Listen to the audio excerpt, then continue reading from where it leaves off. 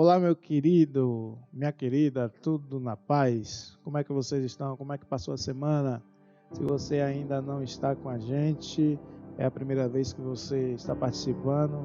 Semana passada, nós damos início a esse projeto maravilhoso de Deus para as nossas vidas, trabalhando uma série maravilhosa que é a vida com Deus. Trabalhamos esse tema semana passada. Hoje nós vamos trabalhar os desafios da pós-aceitação. Então, se você ainda não se inscreveu, se inscreva no nosso canal, ativa o sininho para você receber as notificações, os chamados, para que você também seja abençoado. Eu me chamo Pastor Carlos Magalhães e estarei contigo daqui para frente, compartilhando desta maravilhosa palavra do Senhor. Então vamos lá? Vamos refletir um pouco e aprender e ser impactado pela palavra de Deus. O tema de hoje é esse tema maravilhoso, os desafios pós-aceitação.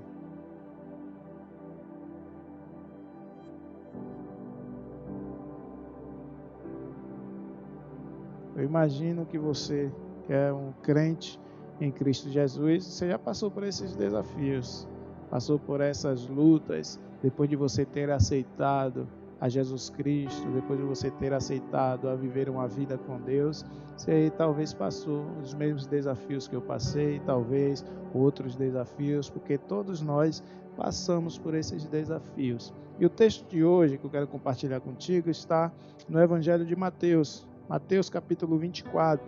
A gente vai ler 14 versículos para dele extrair ensinamentos que vai nos ajudar. Se nós já passamos por esses desafios, mas continuamente a gente encontra outros desafios e talvez a gente está vivendo os mesmos desafios de quando a gente aceitou. Isso depende muito do tempo que você tem dessa caminhada, dessa vida com Deus. Mas você está iniciando agora esta caminhada da vida com Deus, eu tenho uma mensagem de Deus também para a sua vida. Então, vamos lá ler Mateus capítulo 24, a partir do versículo 1. A gente vai se deparar com essa narrativa. Jesus ia se retirando do templo quando se aproximaram dele os seus discípulos para lhe mostrarem a estrutura do templo. Ele, porém, lhes perguntou: não vedes tudo isto? Em verdade vos digo que não ficará aqui pedra sobre pedra que não seja derrubada. Estando ele assentado no Monte das Oliveiras, aproximaram-se dele os discípulos em particular e lhe pediram: dize-nos, quando acontecerão estas coisas e que sinal haverá da tua vinda e do fim dos tempos? Respondeu-lhe Jesus: acautelai-vos que ninguém vos engane, pois muitos virão em meu nome dizendo: eu sou o Cristo, e enganarão a muitos. Ouvireis de guerras e rumores de guerras, mas cuidado, para não vos alarmardes. Tais coisas devem acontecer, mas ainda não é o fim. Levantar-se-ão nação contra nação, reino contra reino, e haverá fomes, pestes e terremotos em vários lugares. Todas essas coisas, porém, são o princípio das dores. Então vos hão de entregar para seres atormentados e vos matarão. Sereis odiados de todas as nações por causa do meu nome. Nesse tempo, muitos se escandalizarão, trair-se-ão mutuamente e se odiarão uns aos outros. Surgirão muitos falsos profetas e enganarão a muitos, e por se multiplicar a iniquidade, o amor de muitos esfriará. Mas aquele que perseverar até o fim será salvo. E este evangelho do reino será pregado em todo o mundo, em testemunho a todas as nações. Então virá o fim. Queridos, Jesus Cristo está no templo. Ele tinha saído de uma luta ferrenha, enquanto os escribas, fariseus, a própria igreja queria o matar. Quando ele entra no templo, ele começa a ensinar. Ele passou horas ensinando aos seus discípulos, horas ensinando àquela multidão que estava ali dentro. Mas fato é que quando Jesus Cristo sai do templo, eles encharcados do ensino, eles cheios da palavra do seu mestre, há uma expressão e uma reação dos seus discípulos para ele. O versículo 1, diz que eles olham para o templo e ficam abismados, ficam espantados, eles ficam maravilhados com aquela estrutura. Eles ficam estonteantes de ver aquela belezura de templo. E aí, esse é o primeiro desafio que nós enfrentamos pós-aceitação. É quando a gente deixa de lado, quando a gente não dá muita ênfase àquilo que aprendemos com Jesus Cristo e focamos nas coisas aqui terrenas. Porque o primeiro desafio que nós enfrentamos pós-aceitação é o desafio de rejeitar toda e qualquer fantasia de realização em detrimento aos ensinos de Jesus. Eles se admiravam mais da beleza do templo do que o próprio mandamento de Deus. E aí a gente sofre sim esses desafios de ficarmos presos nas realizações aqui em detrimento dos ensinos de Cristo. Porque, queridos, principalmente aqueles que começam uma vida com Deus, o que vai nos sustentar, o que vai nos equilibrar, o que vai nos manter de pé, firmes, no foco, na vida com Deus, são os ensinamentos deste Deus para as nossas vidas. Mas as realizações, as fantasias deste mundo nos roubam esses ensinamentos. É como que a estrutura, a base de solidificação sobre as nossas vidas, elas começam a se desfazer quando nós focamos para o lugar errado. Então a primeira coisa que a gente enfrenta é quando a gente foca, o primeiro desafio é quando a gente tem que rejeitar toda e qualquer fantasia de realização, certo? Porque tem alguns textos também que nos traz essa certeza, nos traz esse foco. Veja bem, Romanos 5, 3 e 4. Ele vai dizer, não só isso, mas também nos gloriamos nas tribulações. Olha que coisa, você não passa por tribulação, você não passa por angústia, nós passamos por aflição, todos nós passamos por essas intempéries da vida. Mas Paulo está dizendo, não só isso, mas também nos gloriamos nas tribulações. Por quê?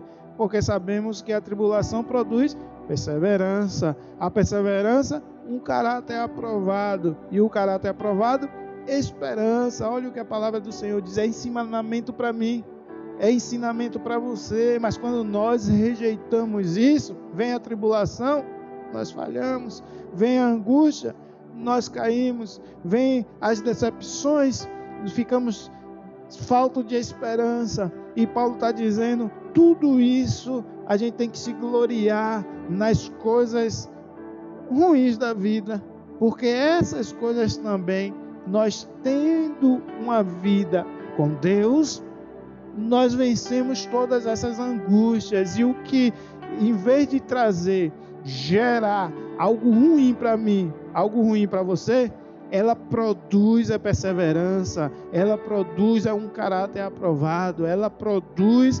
positividade para as nossas vidas. Então, o primeiro desafio da pós-aceitação é isso, é rejeitar todas as realizações, todas as fantasias daqui e focar nos ensinos de Cristo. Segundo desafio, o desafio em manter sempre no foco a razão principal de tudo que nós estamos fazendo. O versículo 9, olha só o que Jesus Cristo diz. Então vos hão de entregar para seres atormentados, e vos matarão, sereis odiados de todas as nações, mas por causa do meu nome. Por causa do meu nome. Quando nós enfrentamos esse desafio de manter sempre no foco a razão principal de tudo que nós estamos fazendo, é isso. Aí a minha pergunta para você é, qual é a sua maior profunda motivação depois dessa pós-aceitação? Qual é a sua maior e profunda motivação? Porque você está na fé. O que te move na sua vida cristã? Essas são perguntas que têm que carcomer a nossa mente. Essas são perguntas que têm de convulsionar o nosso coração. Porque se nós não refletirmos nisso, querido, nós perdemos o foco. Nós perdemos o foco. Quer ver uma coisa? A palavra do Senhor diz: buscai primeiro o reino dos céus e a sua justiça. E as demais coisas serão o quê? Acrescentadas. Esse é o desafio pós-aceitação, de colocarmos o foco em primeiro lugar. As perseguições vai vir sobre a sua vida, vem sobre a minha.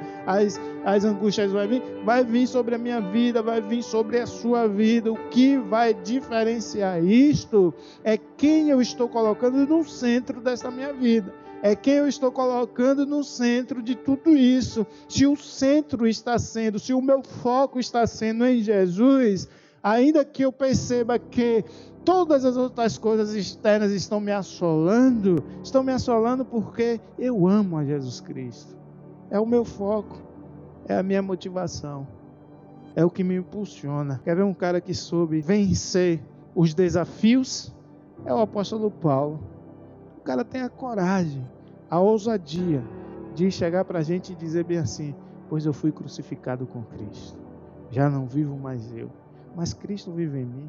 A vida que agora eu vivo na fé, viva pelo Filho de Deus, que se entregou por mim. Um cara que disse: não vivo mais eu estou vazio de mim mesmo, eu estou vazio do meu eu estou vazio das minhas razões, eu estou vazio dos meus próprios focos em mim, e eu estou focando tudo nele. Eu estou dizendo que ele é aquele que dirige a minha vida, ele é aquele que ordena e coordena a minha vida, é ele, e simplesmente ele na minha vida. Será que teríamos esta coragem? Será que você que está me assistindo nessa hora, você pode bater no seu peito e dizer assim: eu não vivo mais para mim, Cristo vive em mim? É de manter sempre o foco naquilo que a gente está fazendo. E o que é que nós estamos fazendo? Pense bem, o que é que nós estamos fazendo?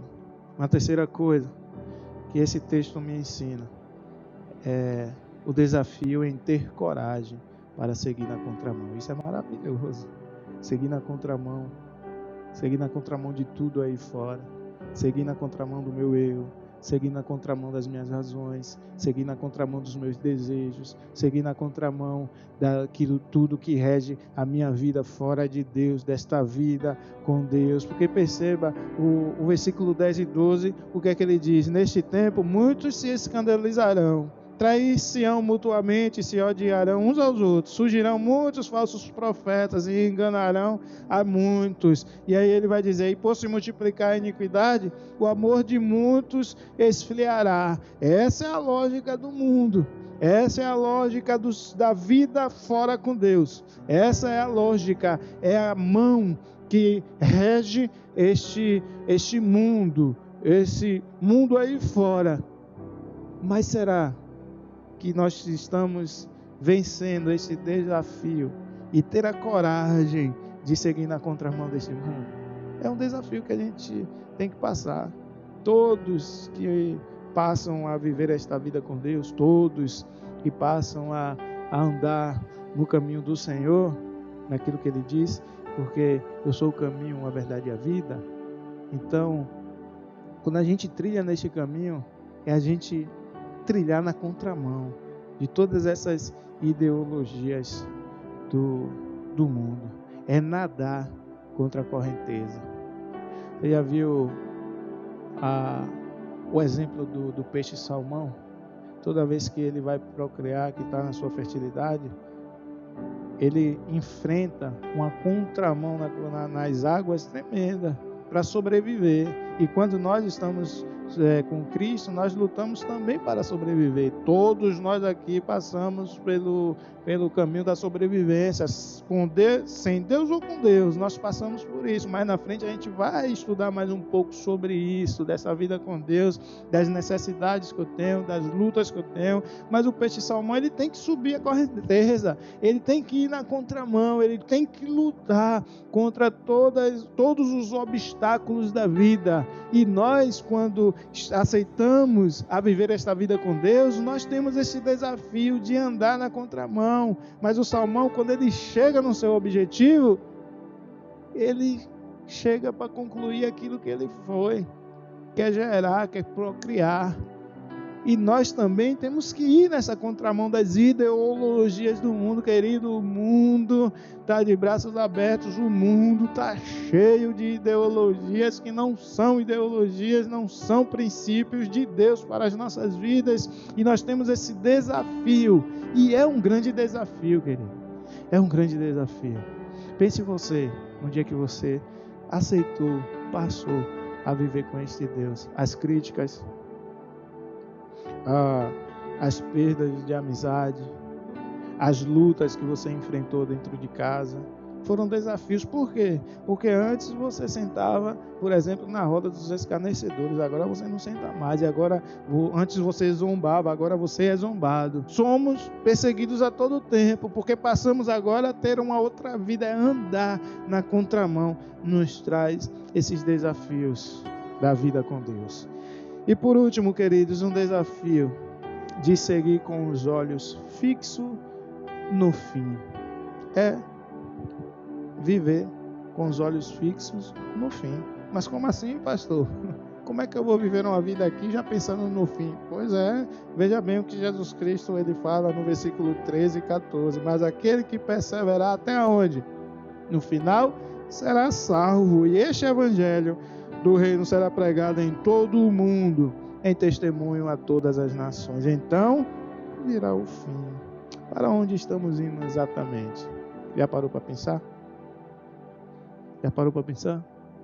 E aqui eu lembrei, quando a trabalho eu fiz uma viagem a um lugar maravilhoso, que eu não conhecia, mas eu via pelas páginas dos noticiários, nas páginas turísticas, pela visão de quem já foi lá e me trouxe relatos, em um lugar muito, mas muito maravilhoso. E eu atestei, lugar muito maravilhoso, mas as dificuldades que eu encontrei para chegar nesse lugar foi tremendas. Estrada ruim, buraco, lama, passa um carro do outro lado, te joga lama na cara e você fala, eu estou indo a caminho do inferno, não de um paraíso.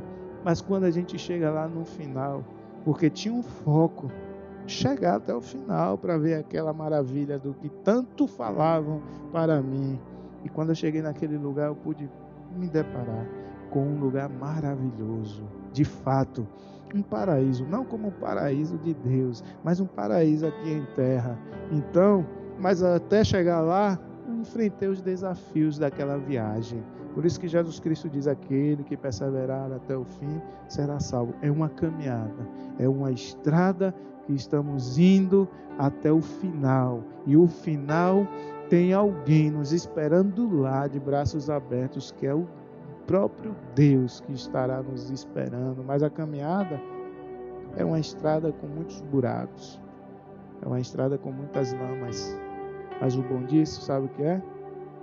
Que quem está guiando o carro da sua vida é Deus. Então, passe a ter essa vida com Deus. E se você já está tendo, continue e lute para vencer esses desafios pós-aceitação.